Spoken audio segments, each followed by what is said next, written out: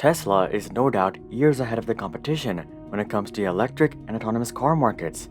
This is thanks to not only Tesla's fast pace, but more importantly, decades of negligence from basically all of the legacy car makers. Despite this gaping lead, most of the executives of companies like Toyota and General Motors like to play it off like the situation is not that bad. This is the case with most executives except one, which is the former CEO of Volkswagen, Herbert Diess. So, here's how Herbert's admiration for Tesla, as well as his persistence for change, quickly got him ousted from his position as CEO. Starting off, Herbert Diess has been a fan of Tesla and Elon Musk for years. In fact, Herbert even invited Elon Musk last year to test drive Volkswagen's new ID.3 electric vehicle. You see, Herbert was well aware of the fact that electric and autonomous vehicles were the future, and that Volkswagen was not spending nearly enough effort in trying to catch up. Now, Herbert was the CEO of Volkswagen, but it's not like he founded Volkswagen and has a majority share in the company. He was actually working at BMW till 2015, and he didn't become CEO of the Volkswagen Group till 2018. Thus, within the executive leaders of Volkswagen, Herbert was still relatively new, and he didn't have too much power by himself. He needed the majority of the other executives as well as the board members to rally behind any major decision he wanted to make. There were a few other executives like Thomas Ulrich who also shared Herbert's vision of going fully electric and autonomous as soon as possible. But, unfortunately, it doesn't seem like the majority of executives were quite as passionate or persistent in radically changing the future of the company. As a result, Herbert and Thomas would go out and start making quite strong statements about Tesla's lead. Maybe this was a planned effort in which they tried to gain investor support for a radical EV shift within Volkswagen. Or maybe they were just frustrated with Volkswagen's leadership and simply vented their concerns. Either way though, beginning in 2020, the two would make statements that would attract the attention of the entire automotive industry. Herbert would start relatively tame, with one of his first remarks coming up in Volkswagen's Power Day event in March of 2020. During the event, Herbert would begin the show by asserting, quote, "Let me begin with the obvious. E-mobility has won the race." When he refers to e-mobility, basically everyone knows that he's referring to Tesla. Thus, many news organizations would subsequently claim that this is as close as you're going to get when it comes to a CEO admitting a competitor's lead. But Herbert was just getting started, and it wouldn't be long till he started to name-drop Tesla. Meanwhile, Thomas Ulrich was already name-dropping Tesla. In an interview around the same time, Thomas would state, quote, "United States electric car manufacturer Tesla has a 10-year start on rivals when it comes to building electric cars and software." He would go on to clarify that Volkswagen is very quick in catching up, but I'd say the damage was already done. Anyways, moving forward, Herbert would expand his praise from just Tesla's EV lead to their autonomous vehicle lead as well. Near the end of April 2020, Herbert would express, quote, "What worries me most is the capabilities in the assistance systems. 500,000 Teslas function as a neural network that continuously collects data and provides the customer a new driving experience every 14 days with improved properties." Now, that's a big statement in itself, but he would instantly put the nail in the coffin as he stated, quote, "No other automobile manufacturer can do that today." Honestly, I don't know if he could have been any more blunt about the matter. Herbert and Thomas would go on to make several such statements throughout the first half of 2020, and this would not only bolster the sentiment for Tesla, but it would simultaneously shatter investor confidence in legacy automakers. Maybe that was the plan all along. And maybe Herbert was looking to take advantage of this distressed situation to change the direction of Volkswagen. We'll never know for sure, but his next course of action does suggest that this was the case. Herbert would turn around and push for Volkswagen to make a massive investment.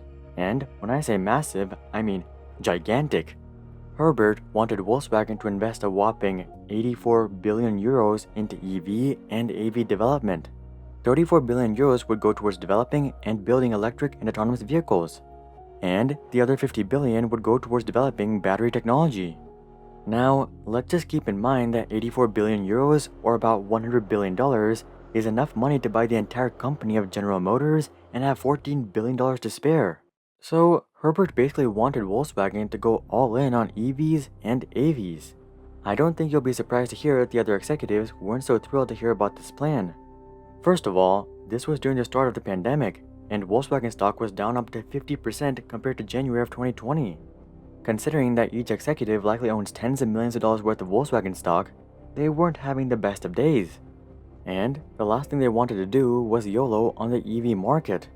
The stock drop wasn't even the biggest deal though. Stock prices fluctuate up and down.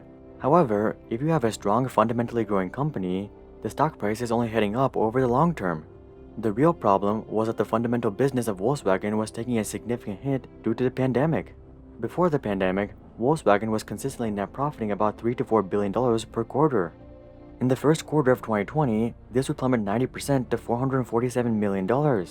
And during the second quarter of 2020, Volkswagen would actually lose $1.7 billion. Aside from major financial problems, Volkswagen was also facing significant production issues with a couple of their best-selling models. Also, Volkswagen was forced to stop sales of their new Golf model, as it had notable software issues. From the perspective of the other leaders, it seemed like Herbert was busy trying to solve problems 5 to 10 years in the future instead of tending to these immediate issues. So, when Herbert proposed an €84 billion investment to the other executives and the board, I suspect they thought he was delirious. To make things even worse, the sourcing of the funding didn't make many board members very happy either. €84 billion is a massive investment even for a company as large as Volkswagen, and thus, to make such an investment possible, Volkswagen would need to cut back greatly on their current gas-related endeavors. Herbert proposed cutting back on R&D, investments, and fixed costs relating to ICE vehicles. The rest of the executive team wasn't actually that opposed to this idea. I mean, the company was literally losing hundreds of millions of dollars, so cutting back costs made a lot of sense. Whether these cost savings would actually be used to develop EV technology like Herbert suggested was a discussion for another day. Conversely, several members on the company board weren't so fond of the idea. You see, 9 out of the 19 board members were labor leaders, meaning that it was their job to look out for the jobs of the average factory worker at Volkswagen. And Herbert's cost-cutting measures would of course mean that thousands, if not tens of thousands of employees would be laid off. For obvious reasons, the labor leaders didn't like this, and this put Herbert in a position where he had beef with nearly all of the other executives and board members for various reasons. And just when you think that things can't get any worse, they would. Some confidential Volkswagen information would be leaked to the media, and Herbert would put out a statement that seemed to accuse the other leaders of Volkswagen for the leak. This allegation pushed the board over the edge, and soon enough, there would be discussions amongst these other leaders about whether they should replace Herbert. Many leaders actually wanted Herbert completely out of the company, but Herbert would apologize for his recent brash behavior, and the leaders would decide to show him a bit of mercy. Instead of kicking him completely out of the company, on June 8, 2020, they would decide to strip away his role as Volkswagen CEO. He would still remain the CEO of the overall Volkswagen Group.